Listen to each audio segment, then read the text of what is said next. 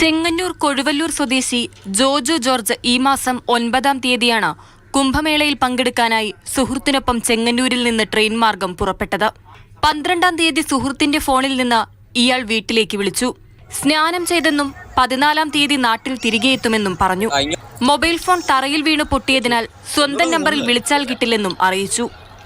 എന്നാൽ ജോജു ജോർജ് ഇല്ലാതെയാണ് സുഹൃത്ത് തിരികെ എത്തിയത്. ഗൃഹനാഥൻ എവിടെയെന്ന് ചോദിച്ചപ്പോൾ സുഹൃത്തിന് കൃത്യമായ ഉത്തരവുമില്ല.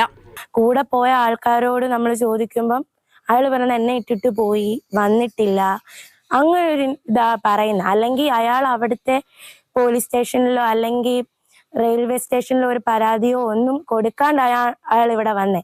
മകൾ നൽകിയ പരാതിയിൽ ചെങ്ങന്നൂർ പോലീസ് കേസെടുത്തു. എന്നാൽ കാര്യമായ അന്വേഷണം നടക്കുന്നില്ലെന്ന് കുടുംബത്തിന് ആക്ഷേപമുണ്ട്. അടുത്ത ദിവസം കേന്ദ്രമന്ത്രിമാർക്കുൾപ്പെടെ പരാതി നൽകാനാണ് തീരുമാനം. മാതൃഭൂമി ന്യൂസ്, ആലപ്പുഴ.